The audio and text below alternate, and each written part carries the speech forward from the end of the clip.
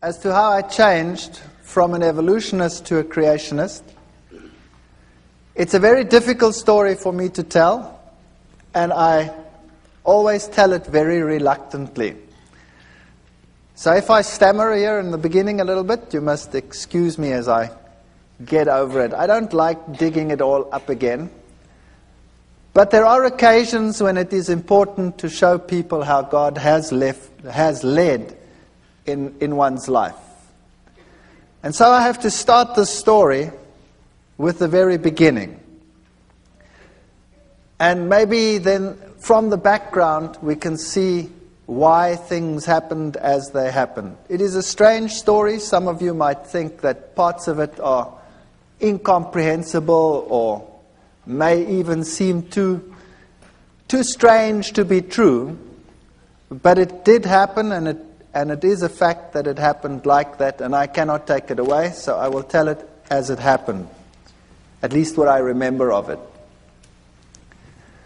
I was born in a family where my mother was a very staunch, solid Lutheran. She was very faithful in her religion. And my father was a Roman Catholic, and he was very faithful in his religion as well.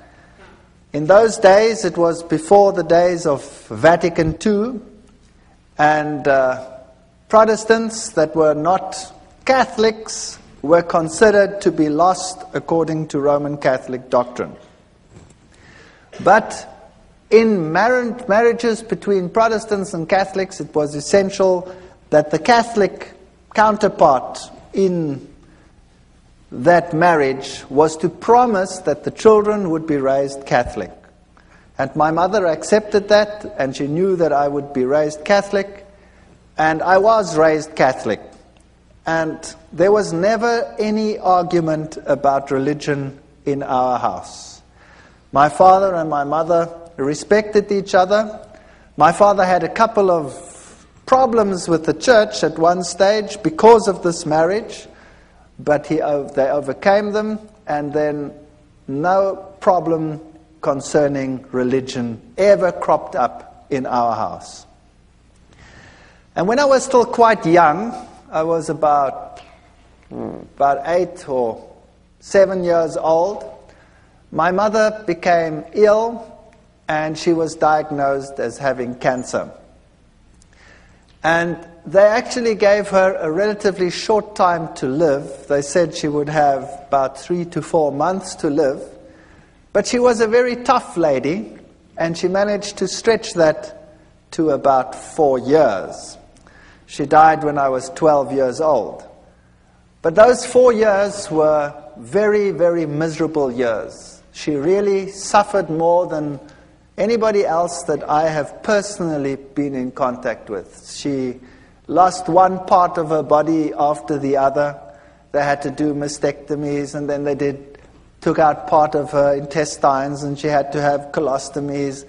And eventually she just lost more and more and more, and she had one operation after the other.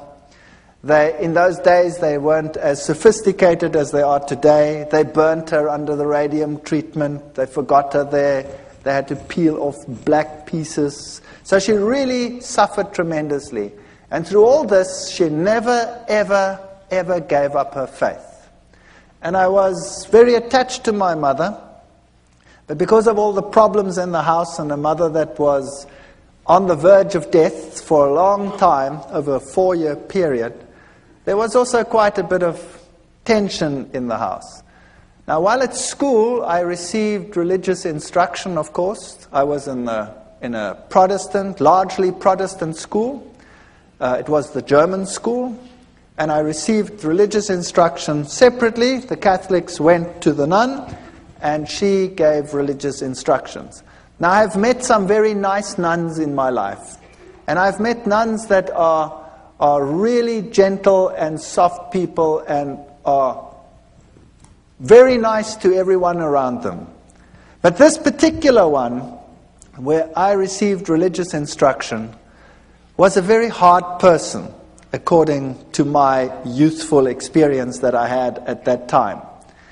And she would constantly tell me that it was such a sad thing that my mother, who being Protestant, would not see the kingdom of heaven, but that she would roast in hell forever and ever.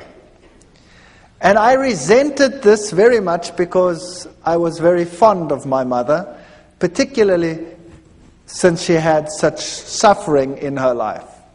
And this carried on for about 4 years, while my mother was sick.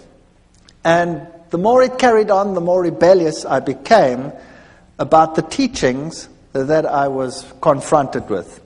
I used to attend church very regularly. I had to go to church every Sunday with my father. I went through all the things like communion and all the things that Catholics do. And I became so resentful in the end that I used to be incredibly cheeky in the religious instruction class.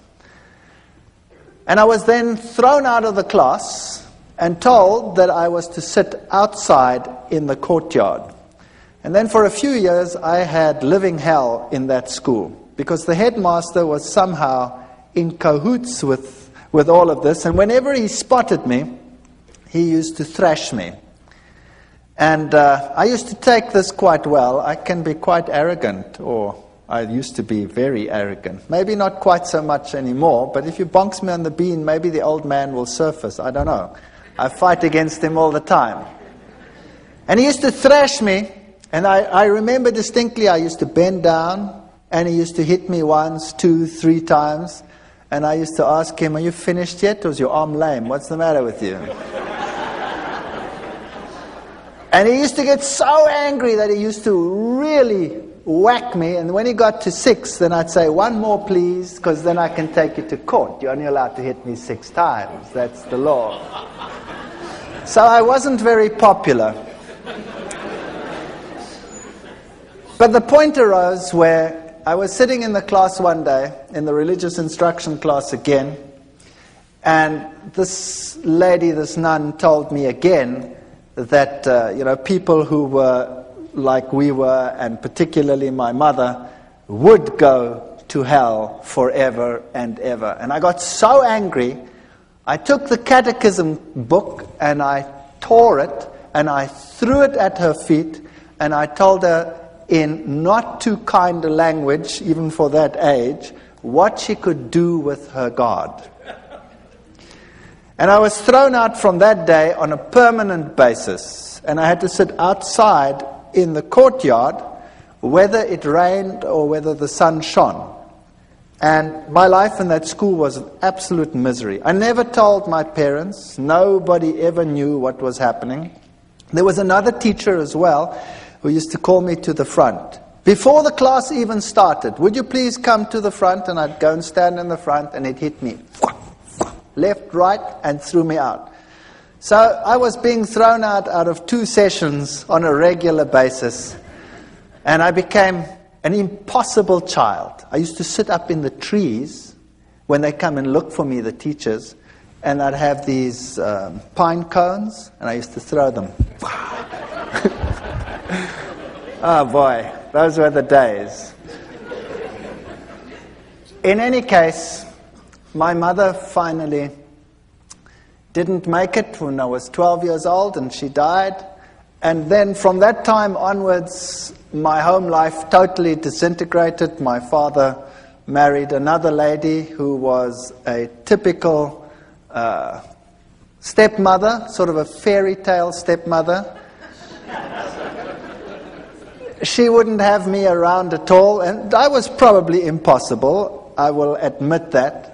So I was carted off to hostels, and I wasn't allowed to then attend school either anymore. I was supposed to leave school and go into a trade. And that's when I woke up and I decided, no ways, and I don't want to do this. So I managed to persuade some relatives, and I went to another school.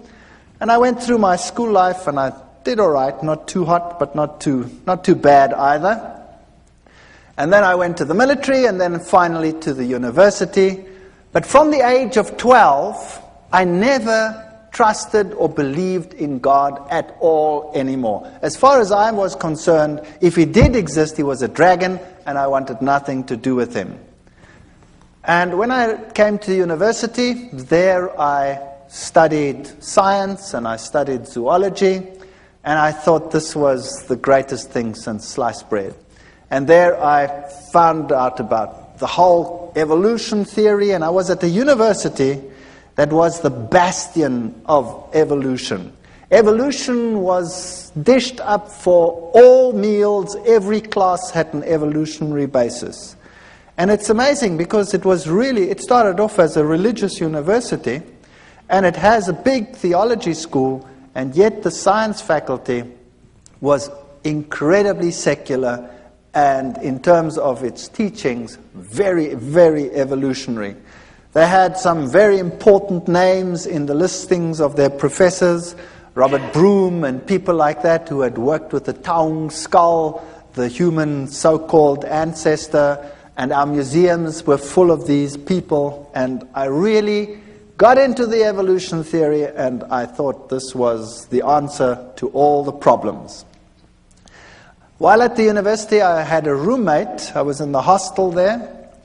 And my roommate was a very nice guy, but he was very new age, even for that time. That's a long time ago. So the word new age wasn't even known at that time.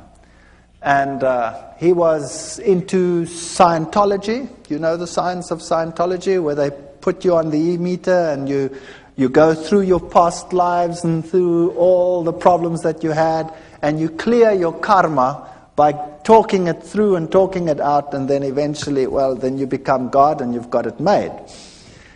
In any case, he became my best friend. And I had nowhere to go on weekends. I had nowhere to go during the holidays. I always had to work, put myself through university, because my stepmother had convinced my father that he mustn't pay anything, so I put myself through. I had a great relationship with my father years later. So that'll come right, as you can see. Even the worst situations can come right. And on holidays, I didn't know what to do, so I used to go home with this chap to where he lived, 2,000 kilometers away, in another city called Durban. And every holiday, I used to go home with him because I had no home to go to.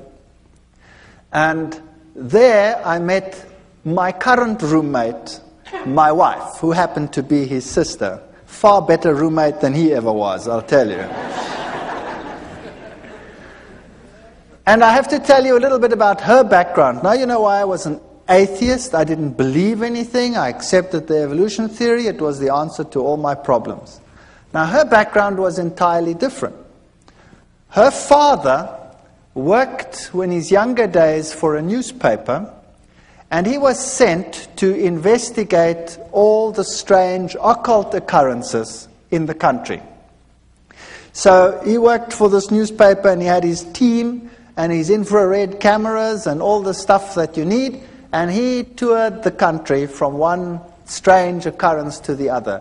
He was very skeptical. He believed nothing. He thought it was a big joke, and seances were a big joke and a big fake. And as he attended one meeting after the other, he realized that this was no joke. When he started investigating some of the strange events, and he'd put up a camera at one seance, he was putting up cameras, and he was always looking underneath for hidden mics and what have you, and something grabbed him. There was nobody that grabbed him, but something grabbed him and beat him up to such an extent that he had an egg-sized boil on the top of his head and was lucky to get away with it with his life. Now, when that happens to you, you start thinking, well, there was some hidden microphone that did that. And he came into situations which were so strange that he became involved in them later. Situations like a house where, when the little child had been sent to bed, the shoes would come walking through the room. And another situation where a newborn baby used to scream hysterically, and when the parents came in, they'd always used to find the baby on top of the cupboard, newborn baby, out of the cot, on top of a cupboard, and they'd walk up and just manage to save the child as it fell down. Now he went to that house and he sealed every single window, and he had his guards outside because he thought, somebody was playing the fool. And he kept the lock and he waited there, and sure enough the child screamed and he went in, and there the child was on top of the cupboard, and he just caught it as it fell down. There was other occasions when in a certain house human excrement was flying around. And he sat in this house and it started howling, and the human excrement started flying against all the walls. Strange, strange occurrences. Witchcraft of the worst kind. There was one house that was plagued by a baboon that used to come in and tear everything apart. That's a big ape. And it tore everything apart, and it terrorized this family, and they could never catch it. And then one day they shot this baboon as it came in, and it ran out, and the blood trail ended up on the veranda outside. And as they came out, the blood trail ended, and there lay one of the workers dead. So this was typical African witchcraft as you find it in Africa, in some places even today still. And this convinced him that there definitely was something going on, and he got into seances more deeply, and then he started learning that there were higher mediums and lower mediums, the riff-raff mediums for the lower people, the higher mediums who communicated with the better spirits. And this is how he became involved in this type of thing, and then eventually he moved into the New Age sort of movement and became very high up in this sort of agenda. He wrote books on it, and he was very well received in those circles. Later in life, my wife's parents got divorced, and he married a person, a lady, who was also very, very high up in the New Age movement. In fact, she is one of the instructors in the Course of Miracles. She teaches people how to become Christs and to perform miracles. Incredibly evil situations sometimes in that house, and the occurrences that happened in my wife's house as a child were very strange indeed. They would have one chair where there was always someone sitting breathing heavily. And they had a cane that used to go walking and a rattling and sort of things like that. She grew up with this situation. To her it was nothing. She was used to it. Now to me it was very strange, and I was an atheist. I didn't believe anything. I tried to rationalize it in a scientific sense. And then when my wife and I got married, we moved to the city where I was in the university. And for years there was no real problem. And then my wife, we had the first child, the second child, and then the youngest child my wife was expecting when my father-in-law came to visit.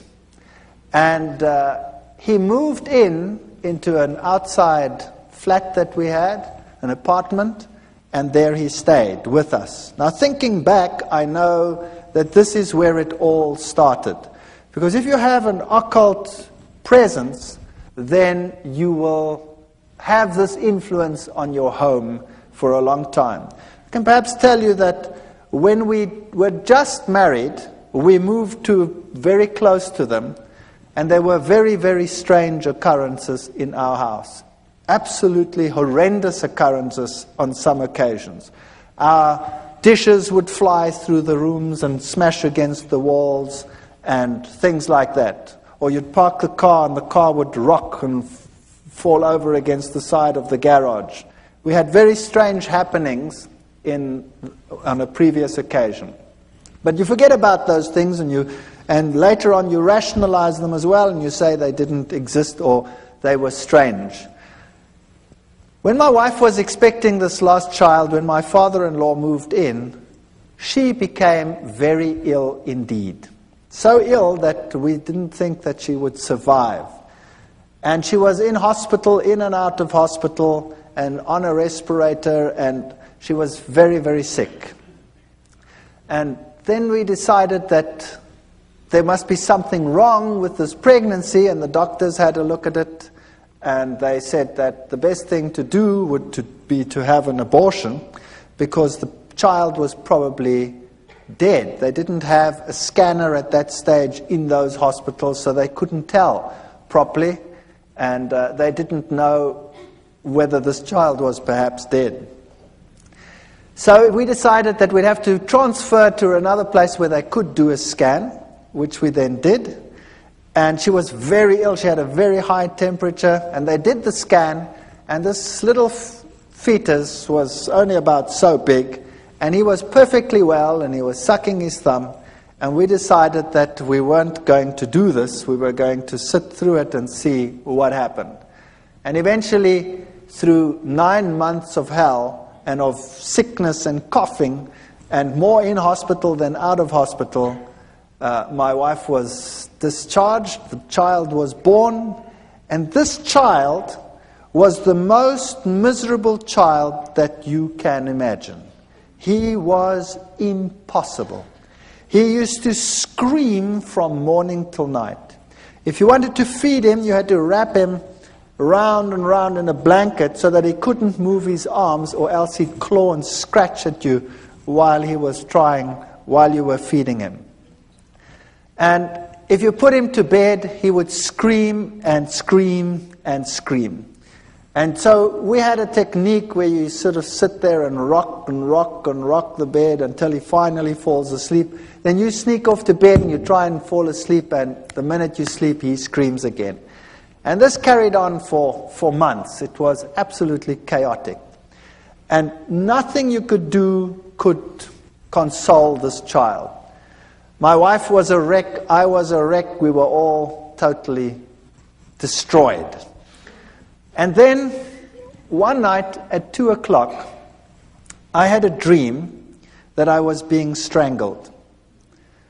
And it was so vivid that I woke up with this perspiration falling down my face, and my heart was pounding like some drum inside me, and I sat upright and tried to recover from this terrible nightmare. And the next moment, the little one in the next room screamed as if he was being murdered. And my wife and I got such a fright, we stormed out of bed, ran to this little baby, picked him up. And as we picked him up, he started shaking violently. And his temperature would rise, and then he'd go into fever cramps. And so we rushed him off to hospital, and they had a look at him, and they had to put him in a refrigeration tent. They had a tent sort of that's cooled, and put him on a drip, and then it would be touch and go whether he would live or whether he would die. And he'd recover from this and come back home as impossible as he was before. And it would go fine for about 2, 3, 4 weeks. I can't remember what the gap was in between. And then precisely 2 o'clock at night, exactly 2 o'clock, it was uncanny. We had a clock on our bed, and it was a display clock, so you could see exactly 1400 hours and 2 o'clock, whatever it was, 2 o'clock in the morning, that's when I woke up, with this terrible feeling that I was being strangled. And I shook my wife and said, I've just had that terrible dream again. And then the little one would scream in the next room, and we'd run, and we'd pick him up, and the same thing would happen. It was so bad that we would think that we wouldn't make it to hospital, the child would die. There was nothing you could do. As soon as he started this screaming, his temperature would just rise. And it would just go so high that he would fall unconscious. Eventually, they got to know us so well that the hospital had this place prepared for him whenever it was necessary. They didn't know what was the matter with him. They could never find out. On one occasion, the doctor said they have to do a lumbar puncture because there must be something wrong with his cerebrospinal fluid. Maybe he has some brain infection that is causing this. And I remember taking him to this hospital, and he was just a baby. And afterwards, he screamed so that my wife became quite hysterical. When the doctors came out, they said, this is incredible. There were 4 adults that had to hold this child down He was less than a year old, and 4 adults had to hold him down because he was plucking them around. So this little chap was, if anything, definitely very much possessed. And you can rationalize it if it happens once, and you can rationalize it if it happens twice. But if it keeps on happening for weeks and months on end, that at precisely 2 o'clock you have an experience in one room, and then immediately thereafter there's a scream in another room, then the law of statistics tells you that no matter how atheistic you are and no matter how scientific you try and be about this issue, the two incidences are connected. And I was sitting in the hospital one day. My wife and I took turns to be with the little one, and he was in a very bad state. And it had happened for the umpteenth time. And there I was in the hospital, and I was marking papers. I remember it as if it were yesterday. I was marking. And all of a sudden, in this refrigeration tent, this child started shaking. And he started getting one of these attacks and fits in his bed. So I went and ran and called the nurse, and I picked him up, and he shook so that he tore the drips out. Now, this child had been on so many drips that they couldn't find the veins anymore on his arms or on his legs, so they had to put it into the veins here on the head. And he shook so that they tore out. Now I've got this child in his fit, and I've got this child with his thing torn out, and he tore the vein completely, so the blood was running down his face. And it was such a horrible sight that I went crazy. I couldn't handle this. And eventually he calmed down, and they put him back in the tent, and they got the drip back in, and he managed to survive the night. But that night I sat there and I said to myself, what can I do? There is no medical help. Nothing can help us. And the two incidences must be connected. Where do I find help for this situation? And they tell me, once a Catholic, always a Catholic. And as I was sitting there that night in that hospital, mulling over these things, you know, the images of the Catholic Church and its power over demons, and the film The Exorcist was just in circuit. And I thought to myself, perhaps I can go back to my old church and ask them to help me. So I made a resolution that I would do that because I had no other way out. And the next day I went to the Catholic Church, and the Catholic priest was sitting in his room, and I remember this as well too. He had the glass there, and there was a brandy bottle there, and he wasn't too sober.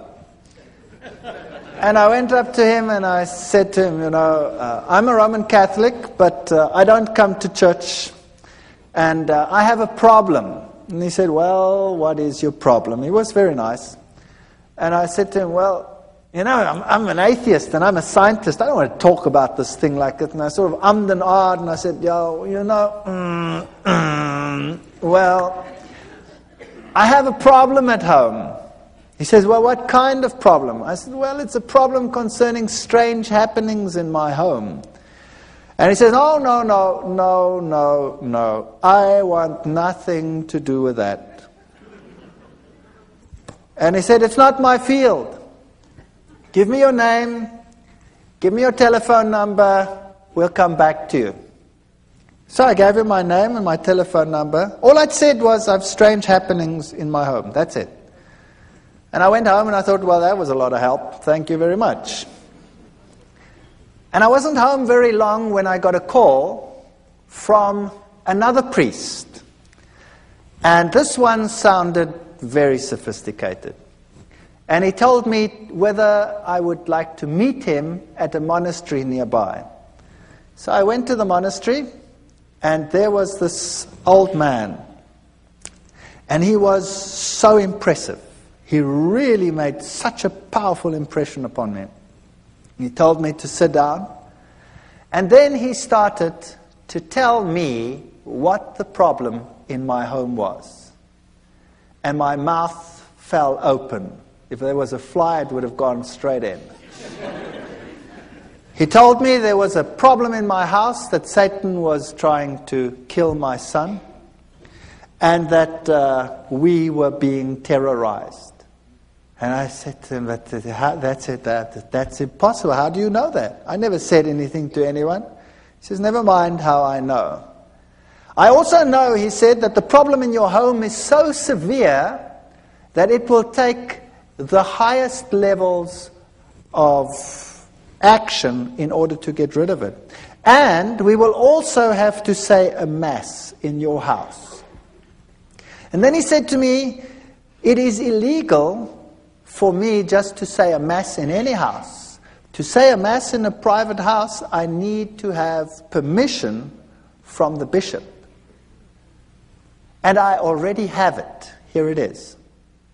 And there was the signed permission from the bishop to say a mass in my house. He knew beforehand what was going to happen. He knew beforehand that he needed the permission. And everything was arranged before I even told them what the problem was. Now that blew me out of the water. Then I said to him, fair enough, then you can come to my house and you can do whatever you have to do. But I have a problem in that I was am an atheist. And I haven't been to the church. And now you're going to say mass and all these things in my house. And, I've been a bad boy all these years. And he said, but surely you won't be an atheist anymore. And I said, what about my wife? She's not even Catholic. She's Dutch Reformed. He says, no problem. So he came and he spoke to my wife, and my wife was as impressed as I was, very impressed. And he said, take me through the house. And we went through the house, and when we got into the little one's room, all of a sudden, he started falling around. And he couldn't stand anymore, this old man. And I stood there behind him, and I was sort of doing this behind him, like they do on the stage in some of these ministries where the guys fall out and they don't know which way they're going to fall. Well, it happened there as well. And here he was, shaking and perspiring and really being battered. And eventually it calmed down, and we went to the other rooms, and then we came into our bedroom, and he was thrown around again, but not as bad as in the little one's room. And then he said to me, the little one's room is the worst place in your house. Now we have to exorcise your entire house.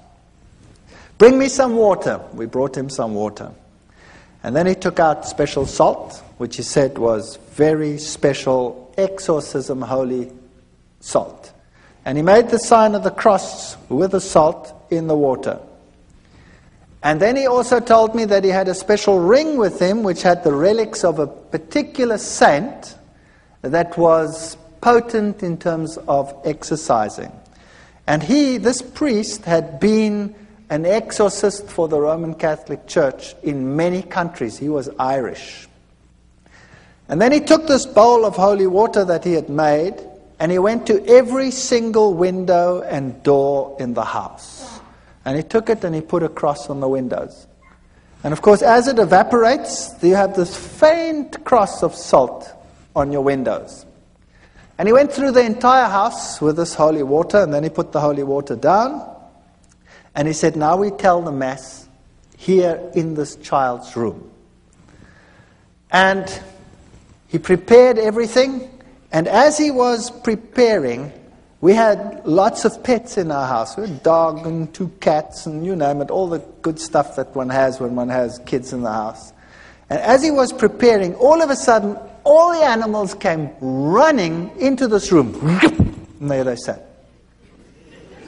And I looked at this and I said, well, this is weird. What's going on here? And he did the Mass. And then before he left, he said, what you have to do now is above every child's bed, you have to put the following. And he took out of his pockets amulets from Lourdes, where Mary had appeared. And he gave an amulet from Lourdes. He said there were many fake ones. This was the real thing. And we had to put it above each child's bed. And then he did an amazing thing. He took his ordination cross off. And he gave it to me and he said, this one you put over the little one. I hate it when the devil destroys little children. And we hung it up over there, and my wife was giving pottery classes at the Technicon at that time, and she'd made a very beautiful pot, and so she decided to give it to him as a gift, because how do you pay for what he did? I mean, what do you do?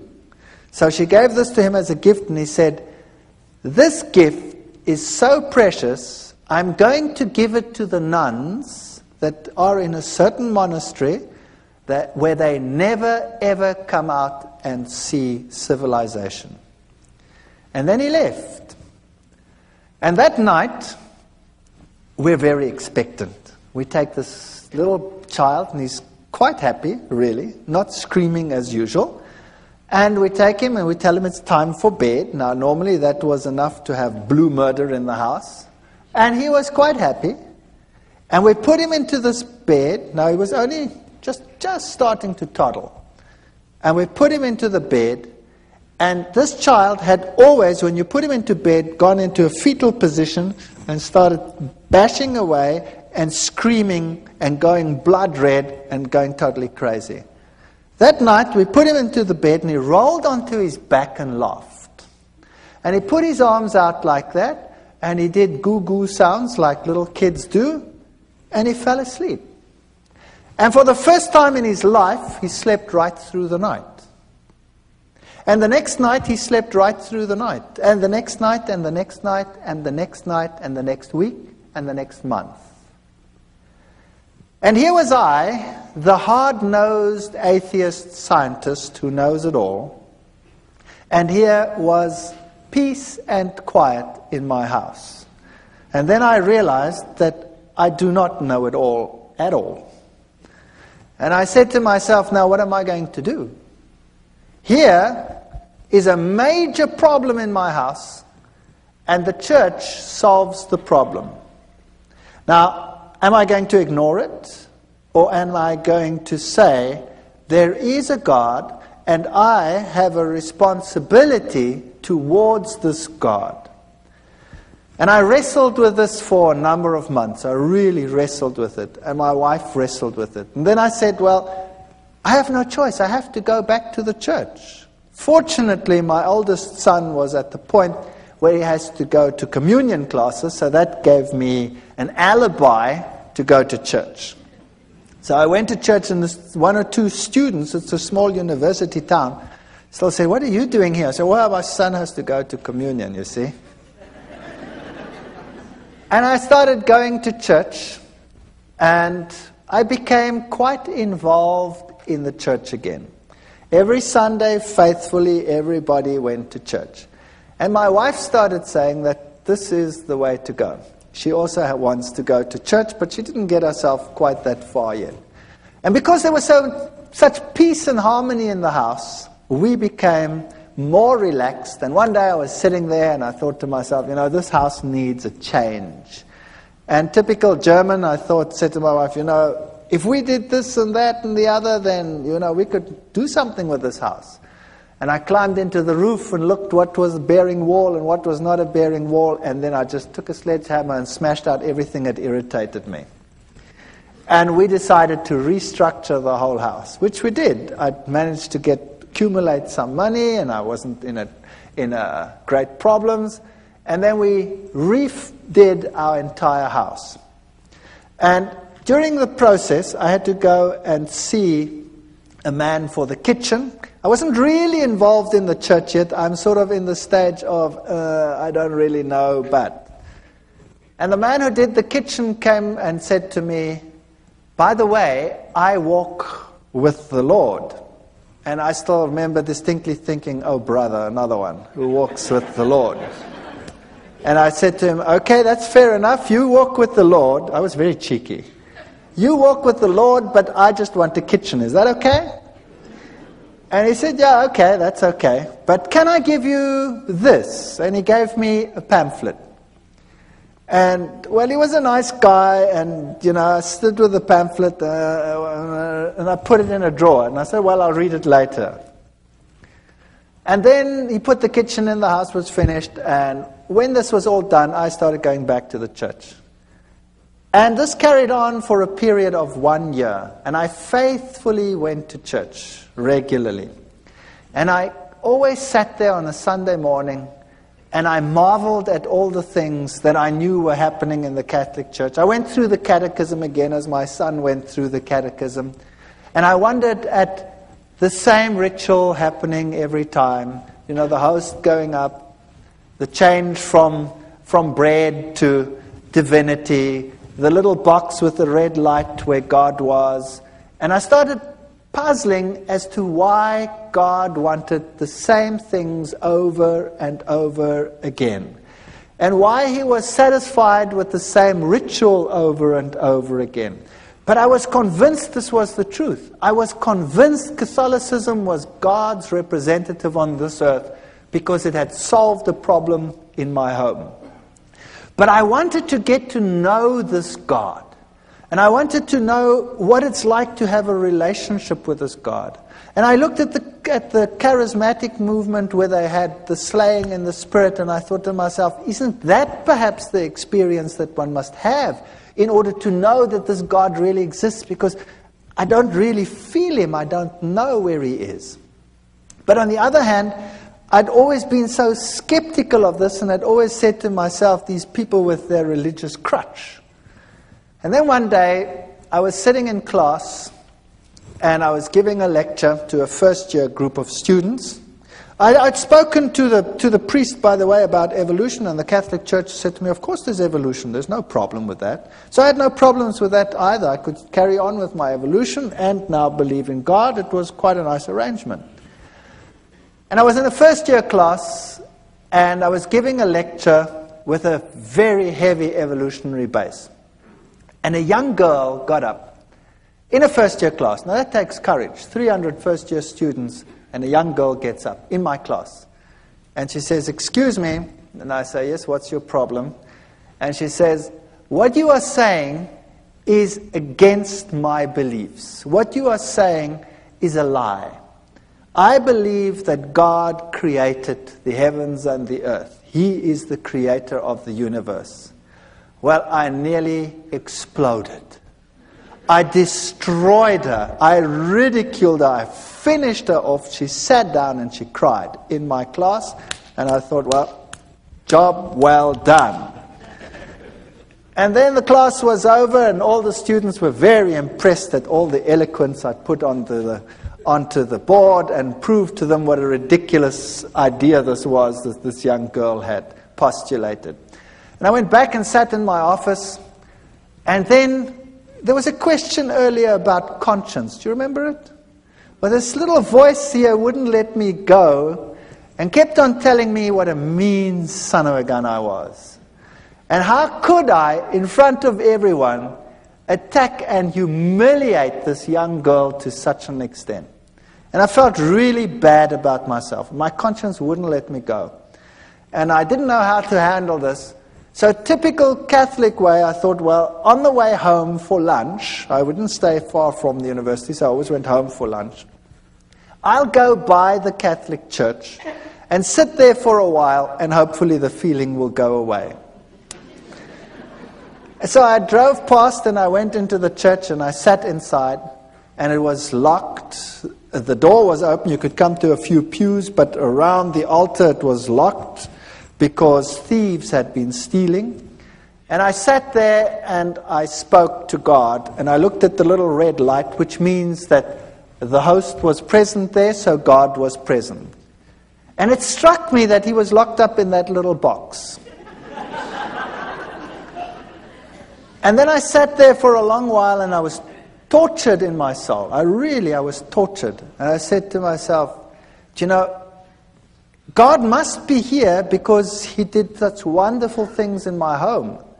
My family is totally different. My wife was willing to be converted. I'd called the Catholic priest to our home so that she could become a Catholic. And for some reason, he just never made it. He never made it.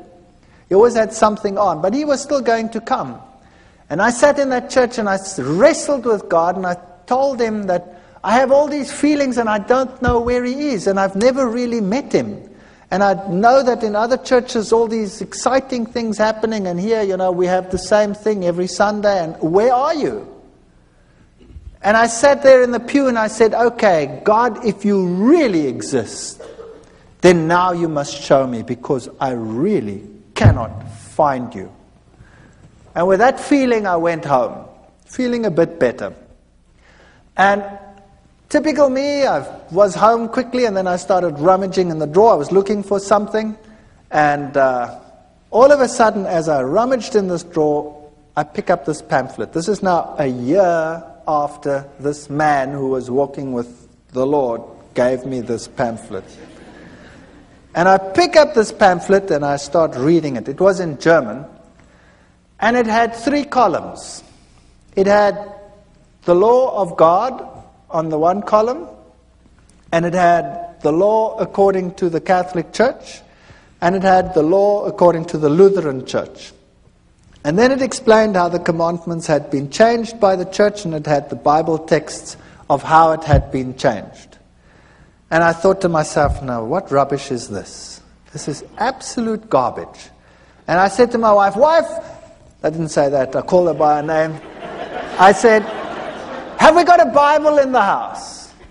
And she said, no, I don't think so. I don't think there's a Bible. I said, surely there must be a Bible in the house. We've been going for church for almost a year now, and there's no Bible in the house. There were lots of catechism books in the house. So I grabbed the catechism book and opened it up and looked, and sure, the commandments as on the pamphlet were identical to those in the catechism book. And then I remembered an old box that an old lady that had died had left me. And I'd put it in the garage after having sorted out some of the things. And I remembered there were a whole lot of books, and I knew that little old ladies probably would have Bibles. So I went outside in the garage, rummaged in this box, and sure enough, here was an old Bible, an old German Bible.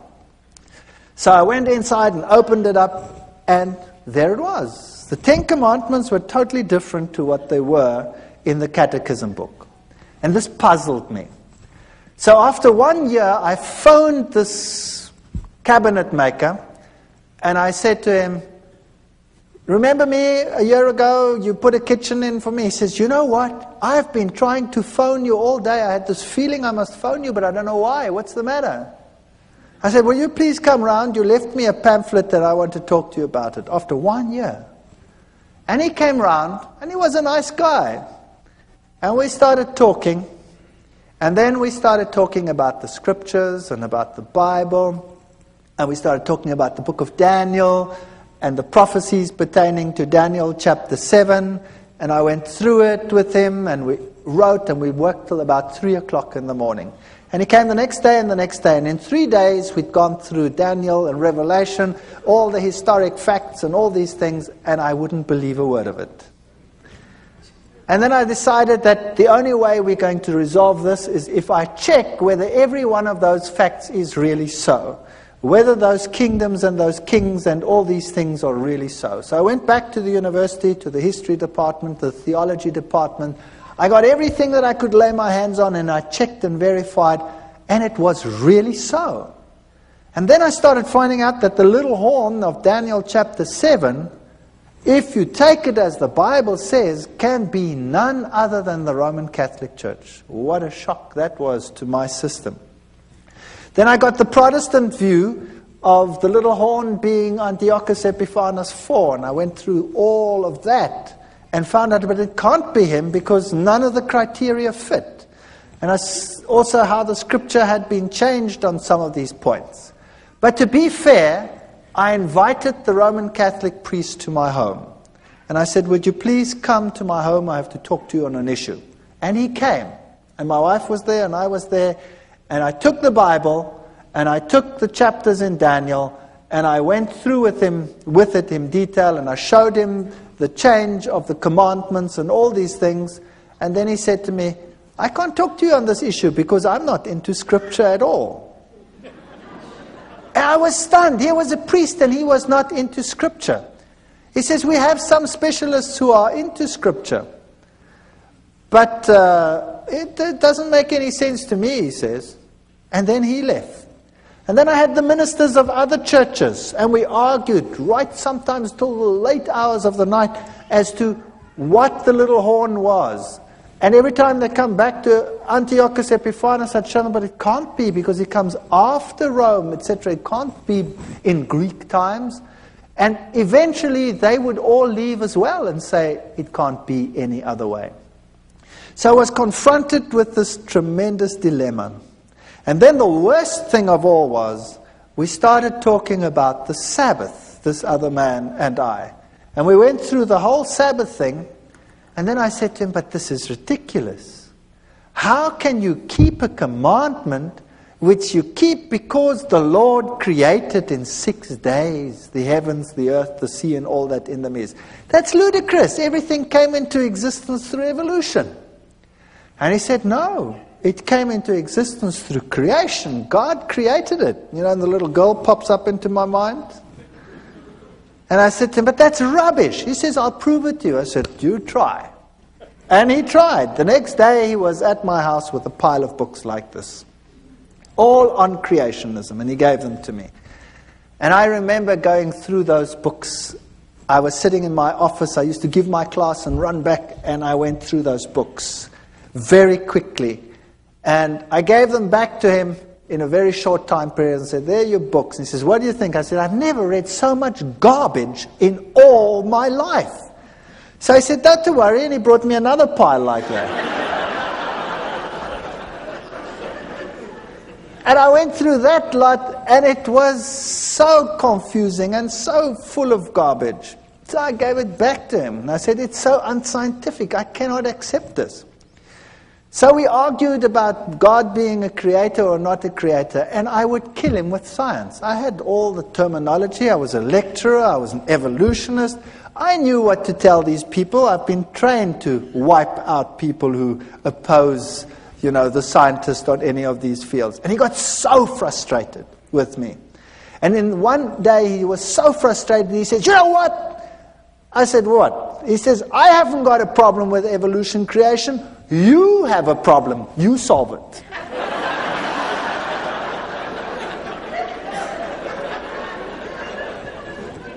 So there the ball was in my court. In the meantime, things were happening again in my house. The little one would again become miserable every time it was time for bedtime. He again became grouchy and screaming and what have you. And we also noticed that whenever we had a moment of peace, my wife and I, we studied the scriptures like, I cannot tell you how we studied it. I finished a Bible. In 2 months I had to throw it away. It was finished. It fell apart. And my wife was studying. And she had tremendous problems with this Sabbath idea. It made no sense. It was so stupid. And nobody at work knew what was happening with me. And one day I came to work, and the secretary in the department came up to me and said, I've got something for you to read. And she handed me a pile about so thick of documents. And when I looked at them in a spare moment, I saw that it was a long piece of writing against the Sabbath. And it was written against Seventh-day Adventists. And this stunned me because nobody at work knew what was happening with me. I mean, a scientist would never admit, that he's now talking about and thinking about religion. That was ridiculous. My colleagues were all atheists. And I took this and I thought to myself, no, what am I going to do with this? I haven't got time with this. I'm wrestling with evolution. So I gave it to my wife. And I said, here's fodder. You go through this. Maybe there's a way out of all this. And she meticulously went through every statement. It was really a thick, thick thing written against it. And while I was wrestling with evolution, she was wrestling with that. And then one day she said to me, I've been through every single statement they have. And every single one, I've put it next to the Bible. And every time, this is the word of man and the Bible has something else to say. So this document here has now convinced me that the Sabbath must be right. That was something. So a document written against the Sabbath proved to her that the Sabbath was actually very important and right.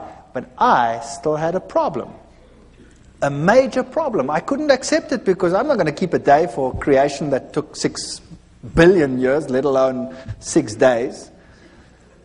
And the ball was in my court, and at that stage, everything started going wrong again in my house. And when we picked up the Bible, the little one would go hysterical. Whenever we had a spare moment, he would go hysterical. And eventually, he took a bottle of wine, we'd been drinking wine, and he smashed it. I wasn't in the room at the time, but I just heard the glass breaking. And then we came out and he was walking all over the glass. And his feet were cut to shreds. His big toe was almost severed. So back to hospital, they sewed the toe back on. And it was a nightmare from then onwards in our house. And I was wrestling with the Sabbath issue. And I stood in the library one day. We had the biggest evolution-based library in the Southern Hemisphere at that university. And I said to myself, there must be a solution. And I said in my mind, God, if there is something wrong with this theory of evolution, then I haven't found it yet, and you must show me.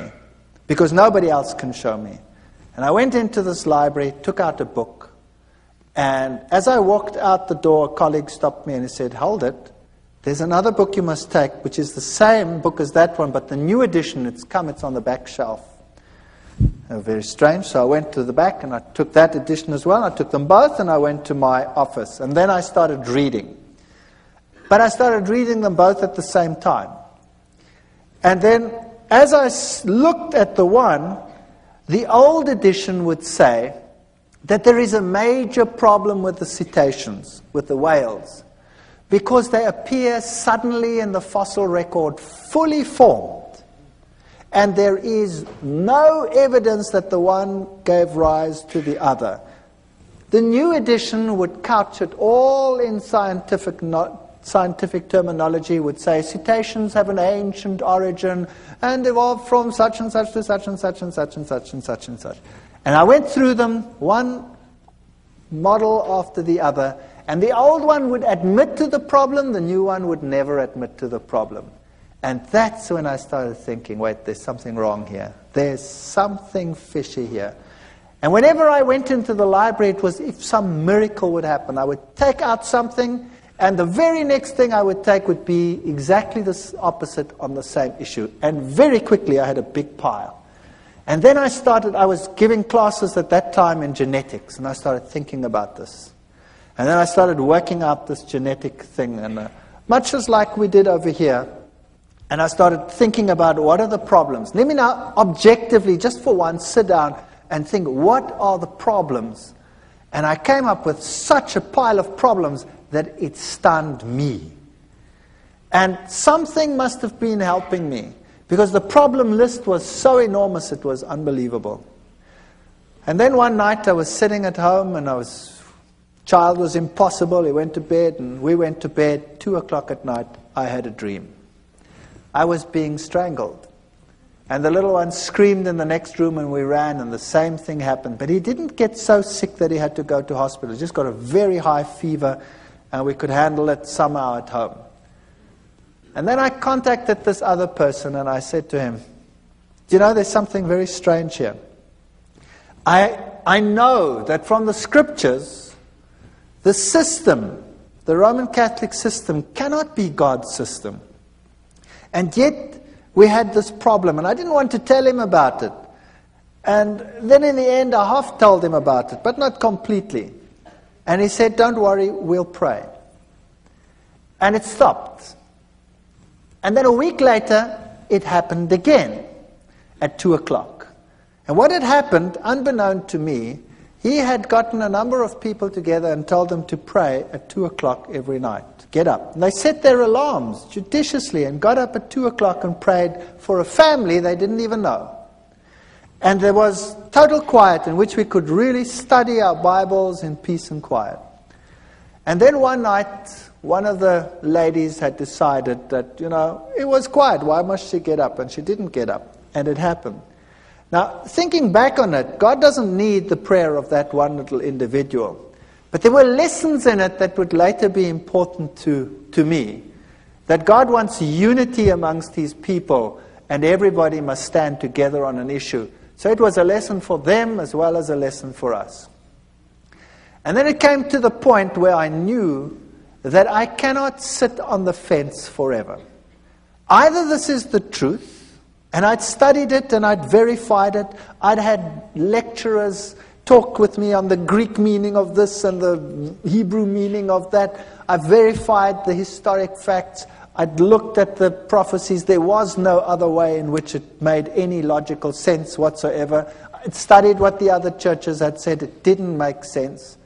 And I knew a decision would have to be made. There was no way out. And I decided I was going to do it. I was going to make the decision. No matter how ostracized and how weird this church was to me, the first time my wife saw Adventists, she burst into tears. They ate so strange. They were so different to what we were like. I remember the man said to me, "Don't you want to come to one of our services?" And I said, "That's Sunday. That's my day off. I walk around in jeans and a t-shirt and slops. And I'm not going to any church whatsoever if I can't go exactly like I am. Because if I went to the Catholic church, I went in jeans and t-shirt and slops." He said, "That's fine. Come." So I went to the Catholic church, to the Adventist church, and I sat there in the back. And I looked at all these people with their suits and their ties, and I thought, yuck. And they all looked at me, but they were all pleasant about it. And strange things like that. And I didn't like the setup. I didn't like what they looked like. They looked so different to everyone else, you know. My friends were rough, and they would make coarse jokes and all kinds of things, and these were so different. My wife burst into tears when she saw things. She said, "I don't want that lifestyle. I want my old lifestyle. We used to sit around the swimming pool and drink beer and have friends over and, have parties and stuff like that." And they were so different. It's so night and day difference that you think you could never be happy over there. She cried and cried and cried, but knew somehow she'd have to go back in any case. And then one day I decided that I couldn't take it anymore at work with all this evolution teaching. And another strange thing happened. I was asked by the then head of the department to lead an evolution discussion group with the postgraduate students about 2 weeks later. Everybody gets a turn, but mine wasn't for months. Something happened and mine was moved forward. Now I sat with a major problem. Do I go into that with my mouth full of teeth, pretending to be what I am not? Or do I stand up and for what I now believed? And I was really so chicken, it's unbelievable.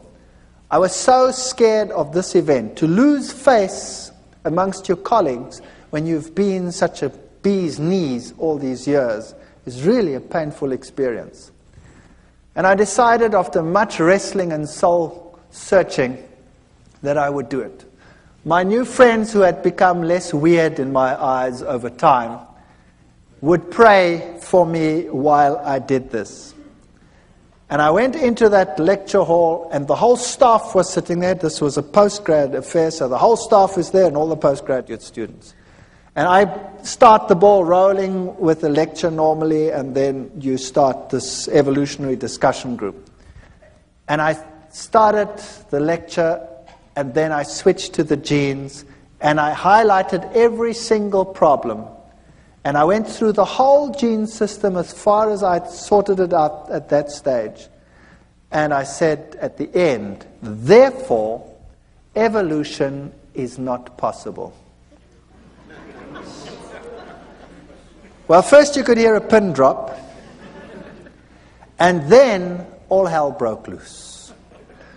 One of my colleagues went blood red and started screaming at me like you cannot believe, and the foam literally started coming out of his mouth with rage. It was just unbelievable. And then one of the students, a girl, it's interesting how these things happen, a young student, a girl, an honor student, she got up and she said, "I want to say something." And she looked at all the lecturers And she said, when I came to this university, I believed in God. I had a good life. I had a good relationship with God. And now I believe nothing anymore. I've lost my faith. My life is falling apart. And you have robbed me of my faith. And now Dr. Feit is giving this lecture and showed me now that you had been misleading me. Can you imagine what happened in that department? That was the end. My life was not worth 1 cent in terms of my scientific credibility. I was finished. When I walked down the passage, my colleagues would turn around and walk the other way. And I decided there and then that it was impossible for me. Then we had a meeting, a special meeting where they decided that the basis of all teaching must be evolution. And of course, I couldn't go along with that. So I decided I would resign. So I resigned. And the head of the department said, you know, you can't just do this. I mean, I had a lot of students, and I was quite popular amongst the students. And I had most of the postgraduate students were under my supervision. And then the rector of the university called me in. And the rector said I must come to him. And I thought to myself, wow, now I must go to the rector. What do I do? I've got nothing decent to wear. I've never possessed a suit in my life. I bought the suit to go and see the rector. Can you believe that? And when I put on the stupid suit to go and visit the rector, something struck me between the eyes like a hammer blow. It's just a personal thing for me. I thought to myself, now look what you're doing, you idiot. You go and put on a suit to go and speak to a man, but when you go to visit God, you go in jeans and a t-shirt. Purely a personal thing. I don't mind anybody coming to church in jeans and t-shirts. That's fine. It's just for me personal. And that bugged me. And then I went to the rector's office and I sat there opposite the rector and we started talking. And he talked with me for 1 hour. And it was very difficult for the university to get rid of me because I had all these students. And we started talking, and then eventually he said, you know, what if you decided that you do not rock the boat anymore?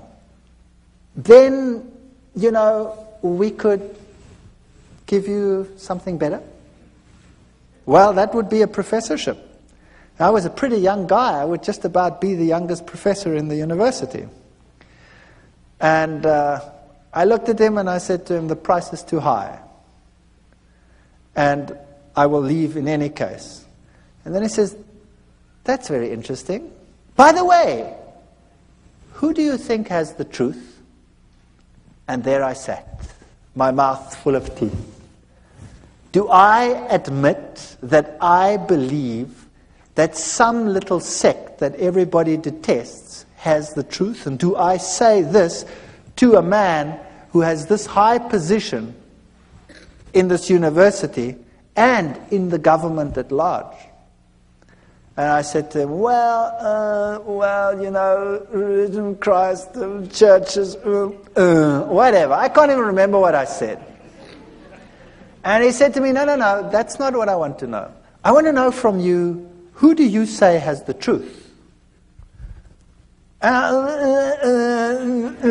went through the same ritual again. And he stopped me and he says, no, I don't want to know that. I want to know from you, who do you think has the truth? And I started off with this again, and in the back of my mind I heard this terrible cock crowing. 3 times I thought, oh.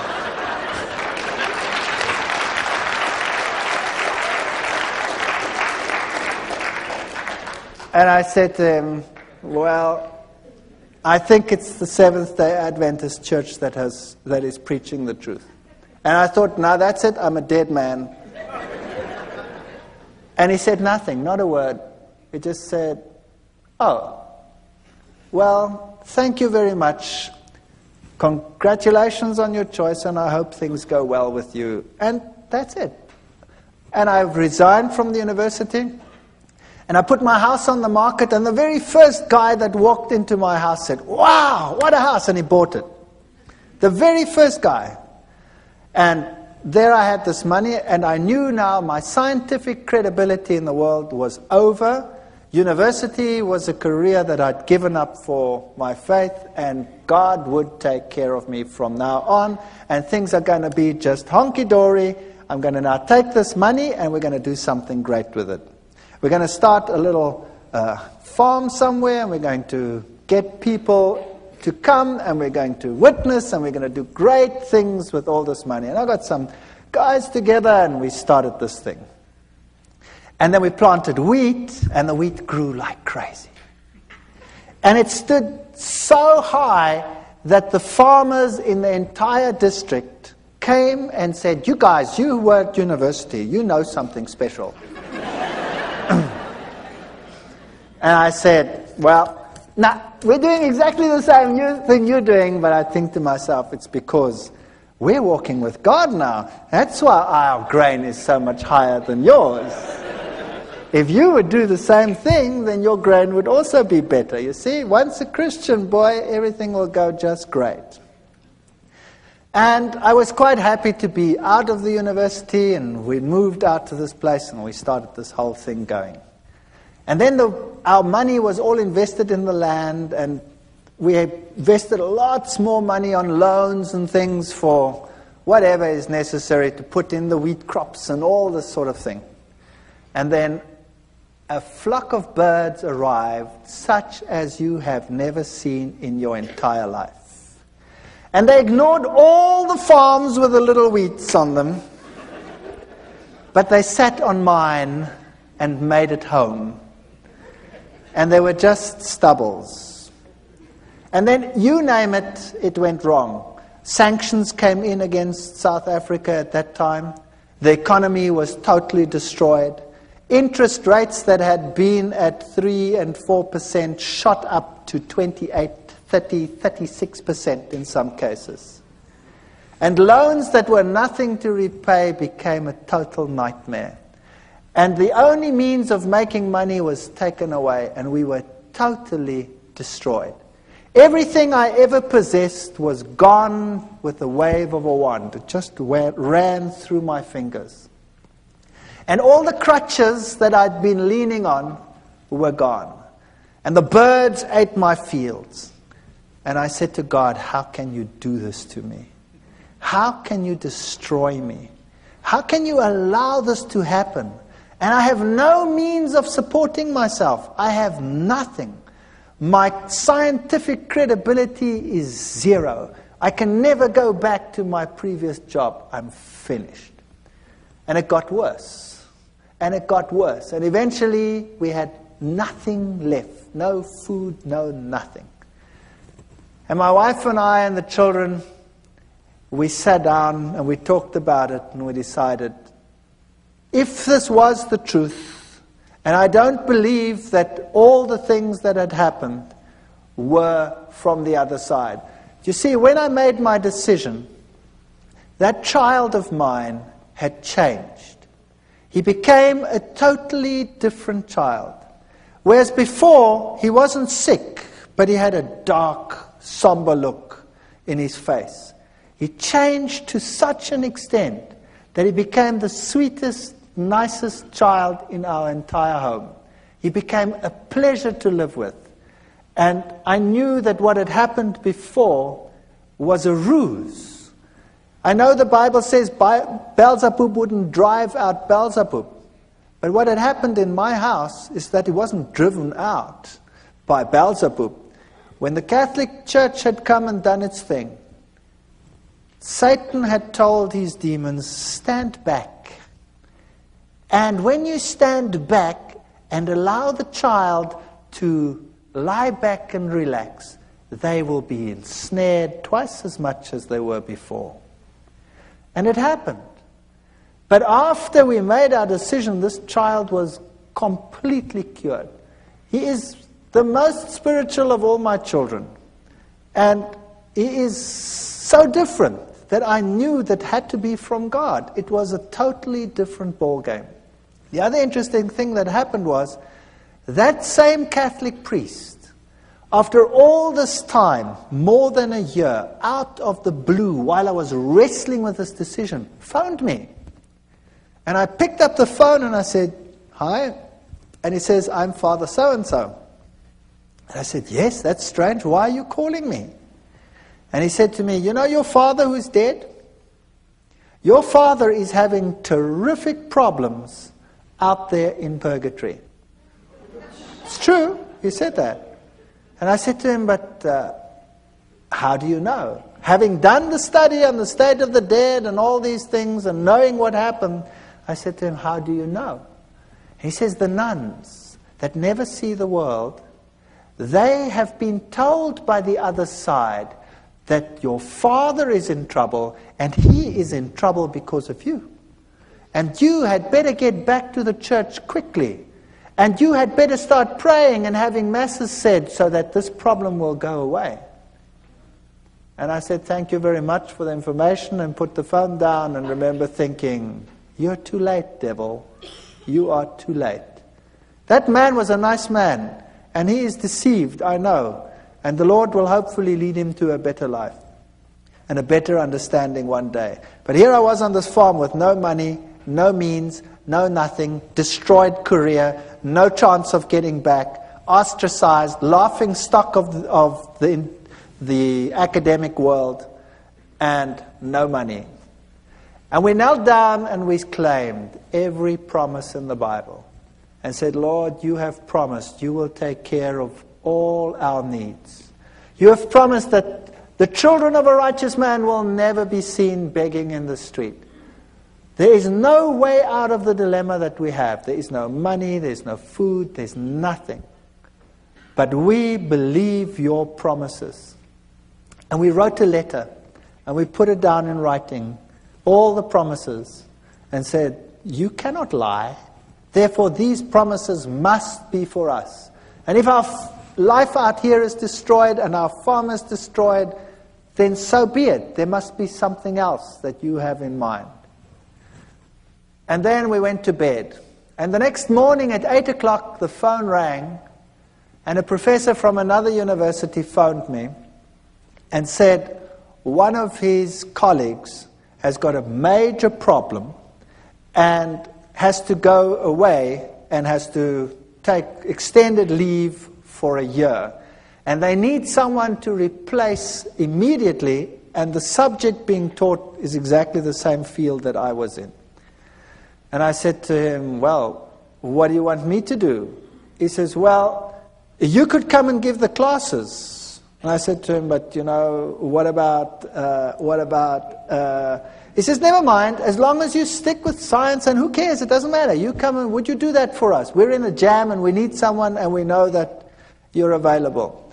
And I said, "Well, that would be great. Thank you very much. When do I start?" And he says, "Well, we'd have to get it through the committees and probably in 3 months' time." And I said, "Okay, thank you very much." Put the phone down and said, "Nice try, God, but in 3 months' time, I'm dead meat. I've got nothing to eat." And I was so depressed. And then about 20 minutes to half an hour later, the phone rings again. And it's the same man. And he says to me, "Something strange just happened." I said, "What happened?" He said, "I went to the rector's office to have him sign this thing so we can start the ball rolling. And the rector says, I have no time. I have no time for committees to call them together to get the process rolling. What is it you want?" And I explained to him what I want, that I have to replace it. And he said, "Come here, I'll sign it." And he signed it and he said, "Appoint the man. He can come tomorrow if he has to." So I said, "Wow. So when do I start?" It was Thursday. And then he said, "Monday. You start Monday." I said, "I start Monday?" And I was in another little town, and I had a farm, and there were cows. I was bankrupt, and who was going to take care of these stupid cows on the farm? And 10,000 problems to be solved in one weekend. Impossible. And I put the phone down, and I said to my wife, "I've got a university job, only for a year probably, but it's okay. We've got something to go to. I start Monday, but who's going to take care of the rest?" So we prayed. And we said, Lord, you have one solution. Surely you, knowing everything, must have the other solutions. And we had hardly finished when there was a knock on the door and a young couple arrived. And this young couple said that they were farmers in another country to the north of South Africa. And they were Seventh-day Adventists. And they had been working for another farmer, and he had told them if they are not prepared to work on the Sabbath, they must go, and he'd kicked them off the farm. So he had lost his job because he kept the Sabbath. And he said to me, I've got nowhere to live, I've got nowhere to stay. I said, would you like to live on this farm? And he said, sure. And I said, I can't pay you anything. He says, that's okay. You don't have to pay me anything. Can I live here? I said, sure, you can live here. And whatever you sell from the milk, you can keep that for yourself. And I thought I would pay the interest of all the loans that I have with my salary. And it was solved within 24 hours. There was a man on the farm who wanted to live there for nothing and take care of the farm and live off the proceeds.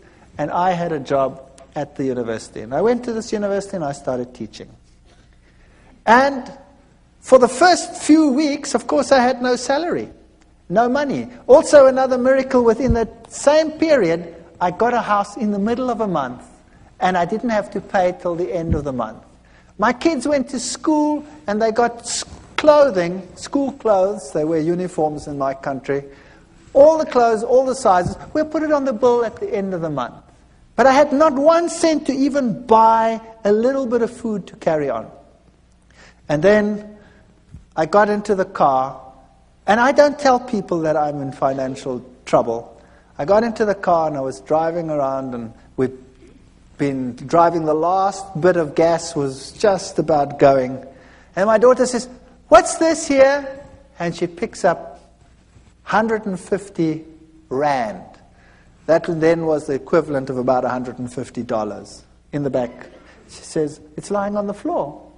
And the next week there were another 150. I don't know how it got into the car, but it kept us going until my first salary check arrived. Now I can tell you, this is the real truth. There were times when we had very hard times, when we had virtually no money. All my money went into interest payments. And there were times when we really ran out and had no food whatsoever. And I remember one day sitting around a table with no food, praying to the Lord and thanking Him for what we were about to receive. And this is the truth.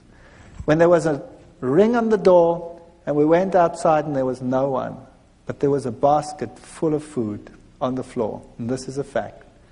I want to tell you something, that if you know the living God, your road might not be a rose garden. You might not have the best of everything you need, but your water and your bread will be sure, and He will take care of you. While I was at that university, I was only teaching for 3 months when riots broke out within the university. There was such chaos in my country. There were riots everywhere. The rector ordered postponement of the exams. And then it didn't fit the timetable. Somehow it didn't fit. And one day I had to write earlier. And all my exams were on that day. And this head of department called me in then, and I said to him, what must I do now? I've finished here. I've done everything that I must do. And for 6 weeks there's nothing going on, just riots on this campus, no exams. I've got no exams coming. What must I do? He says, go away, go to the moon for all I care, and come back in 6 weeks.